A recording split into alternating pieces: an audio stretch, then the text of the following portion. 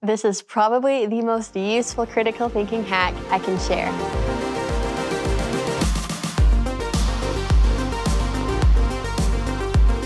Welcome to Critical Thinking Scan, where we look at how you can think about any faith-challenging message and arrive at a biblical, logical conclusion yourself. I'm Patricia Engler, and today I'll be sharing one of the most useful critical thinking techniques that helped me as a Christian student at secular university, where I would often hear messages that opposed Scripture. And even though I knew those messages must be wrong, they still sometimes sounded really persuasive. Not because they were logical, but because they relied on really clever propaganda. Remember, propaganda is anything that tries to persuade by appealing to something besides logic, like emotions or aesthetics or our desire for acceptance. And arguments that use propaganda often involve a class of flawed logic called fallacies of irrelevant premises. And there is a long list of these fallacies, but one critical thinking hack can help you catch any of them and respond to any argument from propaganda. And all you have to do is ask one question. Is this message true or false because? For instance, is a message true because many people seem to think so? No. History and social psychology have shown that large groups of people can be and often are wrong altogether. So this is a fallacy called appeal to popularity, or ad populum if you want to be Latin about it.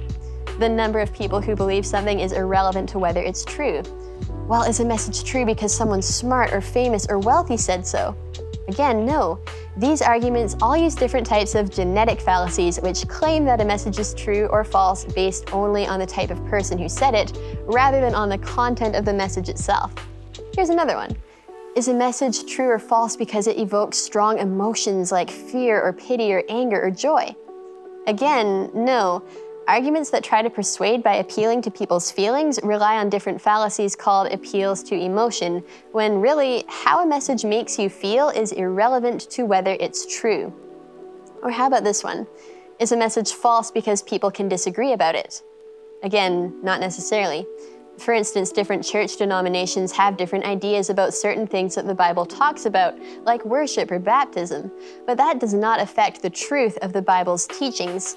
Saying that a message is false just because people can disagree about it is a type of logical error known as the inflation of conflict fallacy. Or here's another question.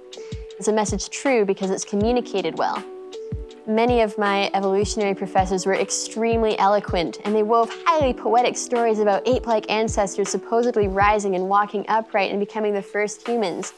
My professors were such great communicators that almost whatever they said sounded true.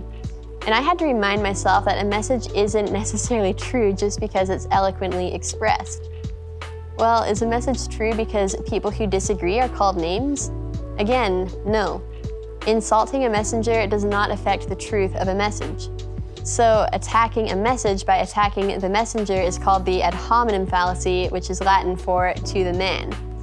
But have you noticed that you don't actually need to know the Latin names for all these fallacies to recognize that they're not truth?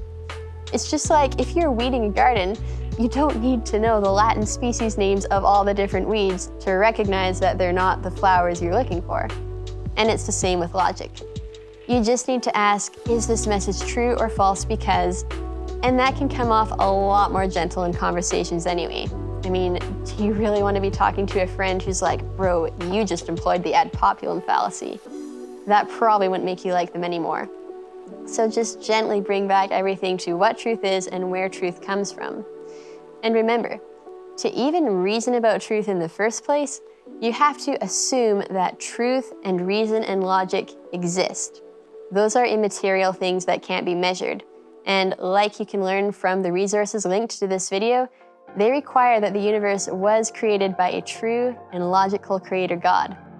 For more on how to think critically about any faith-challenging message, you can access my other CT scan videos packed with tactics, tips, and tools that helped me as a Christian student at secular university. Thank you for watching.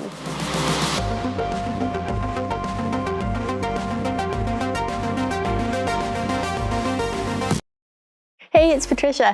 Just wanted to let you know that if you like these videos, a free, easy way to help Answers in Genesis Canada produce more content and equip more people to defend their faith is to hit that like button, subscribe to our channel, click the bell, and of course share these resources. I know you might hear that kind of thing a lot, but the reason these actions are so important is they inform social media algorithms to help these videos reach more people who can benefit from them. And that's especially helpful because advertising is super expensive. But this way, even media platforms which are often unfriendly towards biblical content become tools to promote gospel outreach for free. And if you're on board to share this message of biblical authority and want to give, you can also make a one-time donation or become a monthly supporter by clicking the link below. Thank you so much.